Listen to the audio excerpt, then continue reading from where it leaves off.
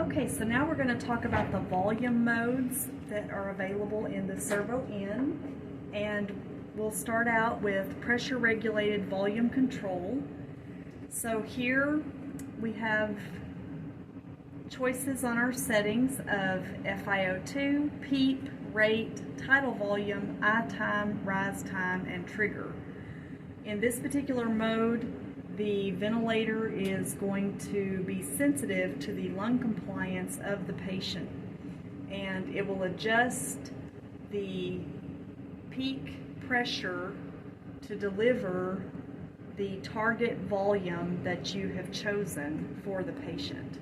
So one thing that we're going to talk about is the importance of setting the alarm limit properly, because we want to make sure that we are in a safe range for that patient.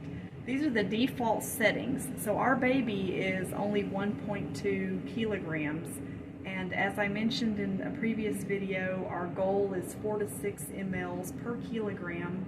So we want to look at the tidal volume that would be appropriate for this infant. Here we have our FiO2 at 25, PEEP of 5, which is acceptable. Let's go down on our rate for this example.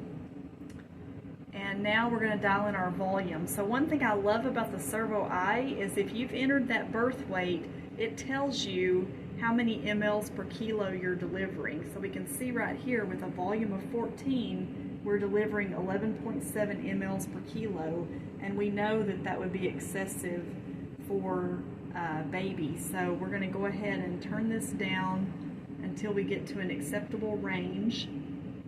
And of course this would be ordered by the provider, but this is a great discussion to have prior to the baby delivering. If you have an idea about how much they're going to weigh, you can talk about it beforehand.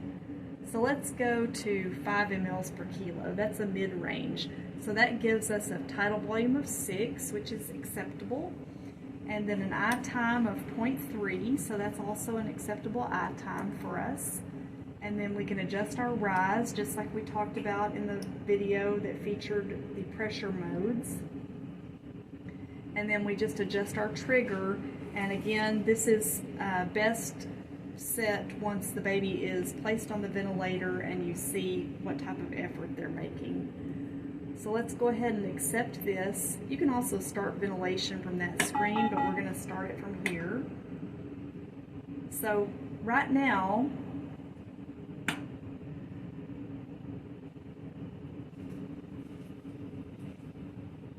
we have our alarm set at 30, so we can see that up in the corner. You can see your alarm settings.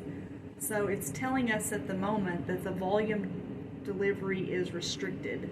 So what that means is this tidal volume of 6, it wasn't currently able to deliver that volume with a pressure of 25, but actually it can do it. It just took it a moment to adjust to the test lung.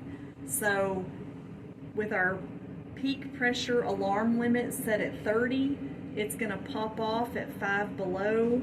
So we're allowing the ventilator to give a pressure of 25 in order to deliver this tidal volume of 6. So just something to keep an eye on. We can see right here we have our tidal volume per birth weight, our leakage like we talked about before, and then here's our alarm limits over here to the left. And so you can auto set them if you want to. That's an option, and so you can consider that, but it's also acceptable to set them yourself. The other option mode-wise for volume would be, or volume targeted I should say, is Servo-n PRVC plus pressure support.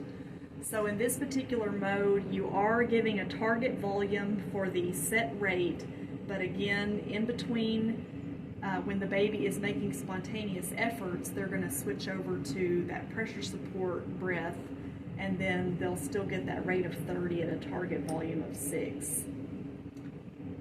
The other option mode would be auto mode. So in this particular mode, they are getting the target volume,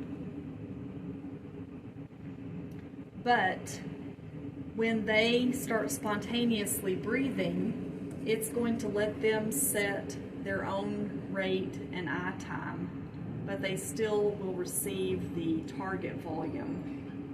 And that's a little bit difficult to simulate with the test lung. We're getting some very large volumes per birth weight over there, which is not ideal.